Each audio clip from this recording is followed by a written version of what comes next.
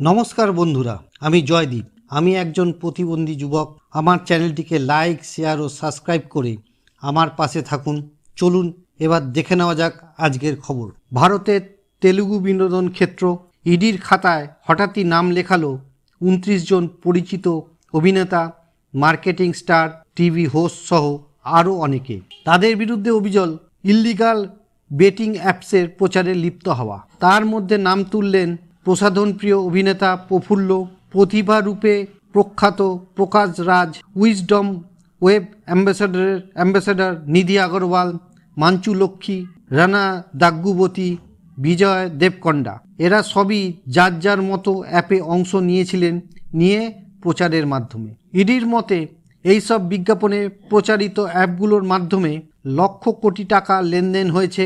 অর্থ পাচার হয়তো সেন্ডিং, এফআইআর বা ইসিআইআর নথিভুক্ত হয়েছে মানি লন্ডারিং অ্যাক্টে।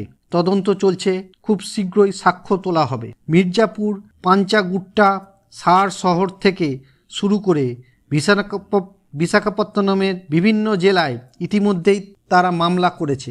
অভিযোগ, সাধারণ মানুষকে টেনে এনে বড় আর্থিক ক্ষতির দিকে ঠেলে দিচ্ছে অ্যাপগুলো। ইউটিউবার, টিভি অ্যাঙ্কার থেকে উঠে আসছে উর্বশী রতলা, সোনু সুদ, এমনকি ক্রিকেটার হরভজন সিং ও যুবরাজ সিং। ইডি বলছে বিজ্ঞাপন গেম ভিত্তিক হলেও আসলে নির্বাচিত না, গ্যামলিং।